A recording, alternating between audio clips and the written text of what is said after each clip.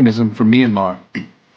Since I last appeared before you, the frequency and severity of international crimes in Myanmar have escalated. The mechanism's effort to collect evidence documenting these crimes has progressed. We have engaged with over 1,300 sources who have provided us with evidence, including over 600 testimonies from witnesses. We have amassed evidence that persons detained by the military authorities have been tortured and subjected to various forms of sexual violence, and we have evidence of the identity of the perpetrators and their commanders. We have also documented several summary executions of captured combatants or civilians by both the military and opposition groups. The military is increasingly relying on airstrikes. We are prioritizing our investigation into strikes on schools, hospitals, homes, and places of worship. Last month, we published a summary of our analysis into the deliberate destruction and dispossession of Rohingya property during the 2017 clearance operations. The report looked at how Rohingya homes, businesses, and places of worship have been destroyed, often replaced by construction of border guard bases.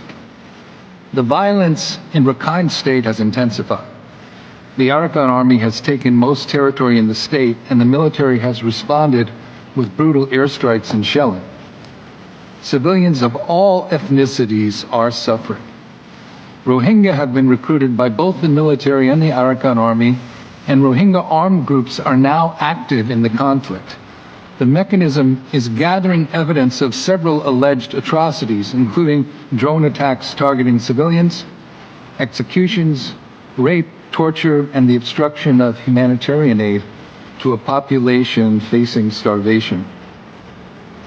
We seek to document the truth of what has occurred through direct contact with individuals who witnessed events and the analysis and verification of photographic and open source material. We welcome contact with anyone willing to share first-hand information. It is important to note that while the mechanism has reached out to both the Myanmar military and the Arakan Army for information, neither has cooperated to date. The mechanism's evidence has been used by the prosecutor of the International Criminal Court and by the investigative judge for the Argentine Federal District Court.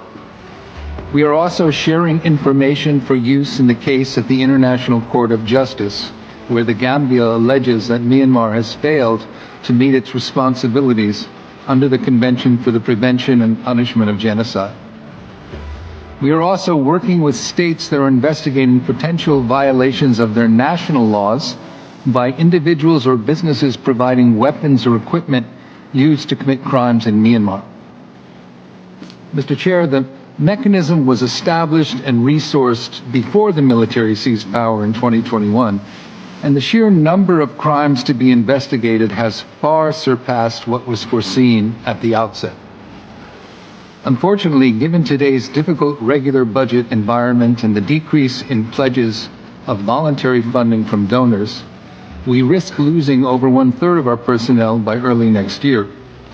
This includes experts in sexual and gender-based crimes and crimes against children, and open source specialists who forensically validate available information that has proved to be very valuable evidence.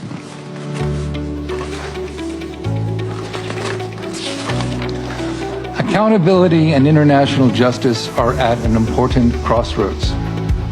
Pursuing justice for the crimes committed in Myanmar sends an important message to all perpetrators, not just in Myanmar, that the international community will not stand by when civilians are targeted and international law ignored.